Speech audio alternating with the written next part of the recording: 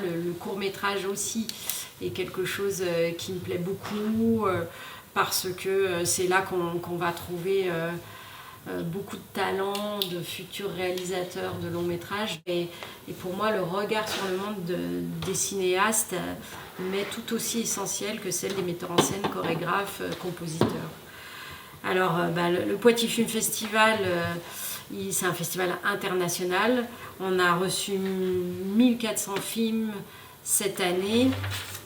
Il y a une vingtaine de réalisateurs et réalisatrices qui viennent du monde entier et qui vont expérimenter une première sélection dans un festival. On va plus vite ensemble, on va plus loin. Donc, le PFF le fait, il s'associe à des acteurs culturels de la ville comme le musée Sainte-Croix, Cap Sud, l'ESI. Et également, on s'associe avec un grand nombre de commerçants qui sont partenaires du festival et qui font des opérations pour tous les festivaliers et les professionnels qui vont fréquenter le festival cette année. On a cette année une vente en ligne de billets, c'est une nouveauté, et il y a un pass unique, donc c'est très simple, 20 €, 5 places, 4 € la place, 20 € le pass de 5 places qui est rechargeable si on veut voir plus de 5 séances, et il y a plus de 5 séances à voir.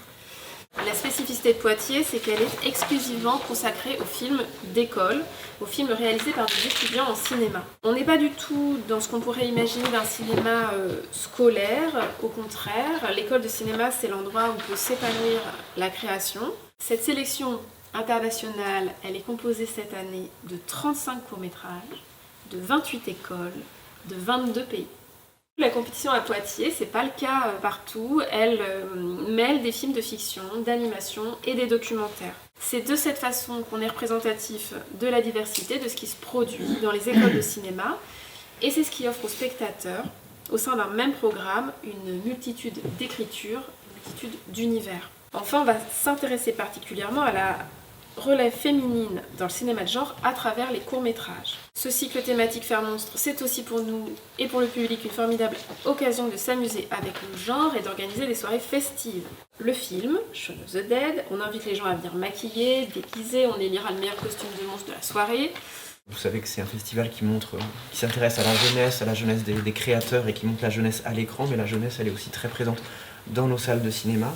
Donc pendant le festival, il y a d'abord beaucoup de séances dédiées pour les écoles, les collèges, les lycées, des programmes de courts-métrages qu'on choisit en collaboration avec le rectorat de l'Académie de Poitiers pour leur intérêt pédagogique, artistique, thématique. Et donc plusieurs séances seront proposées ici au Tap Castille et elles seront suivies de rencontres avec des jeunes réalisateurs et des jeunes réalisatrices qui nous viennent de plus en plus nombreux et on en est très heureux pour répondre aux questions des élèves qui auront préparé pour eux des questions à poser sur les films qu'ils verront. Enfin, parmi nos publics scolaires, on a un public qu'on choisit particulièrement, ce sont les lycéens et les lycéennes qui sont en option cinéma audiovisuel. Ils viennent pour certains de Bressuire, d'Angoulême, de Loudun pour les plus proches, mais d'autres viennent de beaucoup plus loin, du Gers, du Tarn, de la Gironde, de région parisienne. Ils sont près de 400 et ils attendent avec impatience ce festival où ils découvrent les courts-métrages et les longs-métrages qu'on leur réserve. Ils applaudissent les films, ils rencontrent les réalisateurs et les réalisatrices en salle. C'est aussi pour eux qu'on propose ces masterclass sur des métiers du cinéma qui s'appellent Mon métier 2. Des propositions qui sont malgré tout publiques parce que tous les festivaliers peuvent y accéder. Donc on accueillera cette année 3 professionnels. L'idée c'est de faire découvrir des métiers de l'ombre du cinéma et peut-être de susciter des vocations aussi. On accueillera donc une directrice de post-production qui a notamment travaillé sur les films de Bertrand Bonello dont Zombie Child qu'on propose dans le cycle Faire Monstre. Et puis on accueillera aussi un chef opérateur du son et une chef maquilleuse qui ont tous deux travaillé sur le Teddy des frères Boukerma qui sera aussi programmé. Et donc chacun expliquera son rôle dans le processus de création d'un film et le quotidien de son métier. Le volet professionnel du Poitiers Film Festival répond à un certain nombre d'objectifs qu'on s'est donnés en cohérence avec notre manifestation.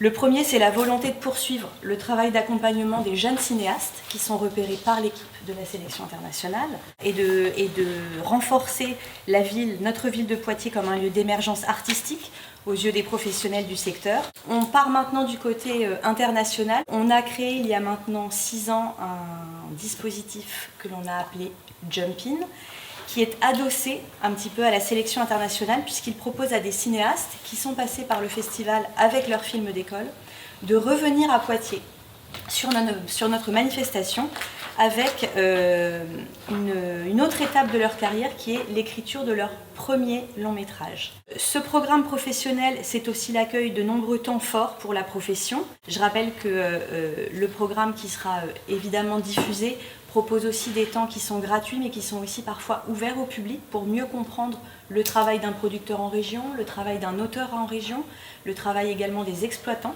Chaque année, le festival met à l'honneur un pays, le met en lumière. Et lumière, c'est un mot qui caractérise bien le pays que nous avons choisi cette année, le Liban. Malgré la noirceur des événements qui animent le territoire depuis le 7 octobre, en réaction au conflit israélo-palestinien.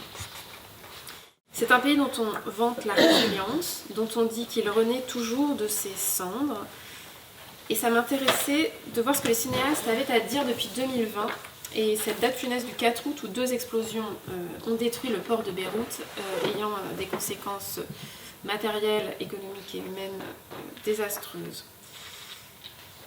Ce qui m'a frappé dans les films produits ces 3 dernières années, c'est la maîtrise formelle et la finesse d'écriture. C'est un cinéma de la sensibilité, c'est un cinéma qui est à la fois très amoureux de son pays mais aussi très critique. C'est un pays, il faut savoir, qui ne finance pas le cinéma. Les auteurs vont chercher à l'étranger les fonds qui leur permettent de tourner chez eux.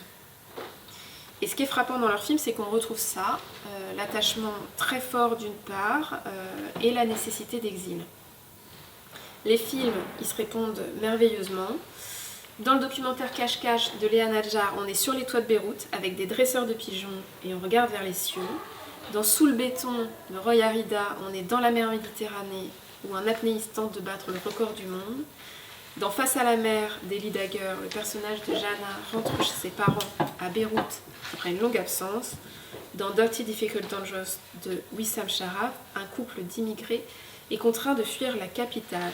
Ils se passent tous à Beyrouth et il est toujours question d'évasion. Le dialogue de cinéastes cette année s'intitule justement Filmer Beyrouth et il réunit ces 4 cinéastes. Ils vont nous parler de leur rapport à la ville, de leur cinéma, de la façon dont Beyrouth existe au cœur de leurs histoires. Ce sera le mercredi 6 décembre à 10h.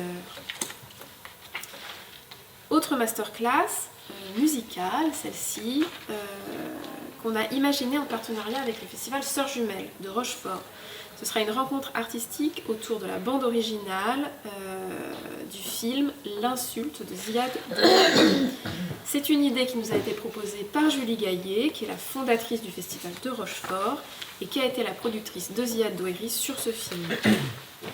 L'insulte, c'est un film dont on a beaucoup entendu parler en 2018. Il était nommé à l'Oscar du meilleur film étranger. Éric Neveu, le compositeur, sera là. Il y aura une partie live dans la masterclass pour qu'on comprenne mieux les secrets de fabrication. Julie, elle sera aussi présente à Poitiers. Ce sera dimanche 3 décembre à 18h30 dans la salle du théâtre.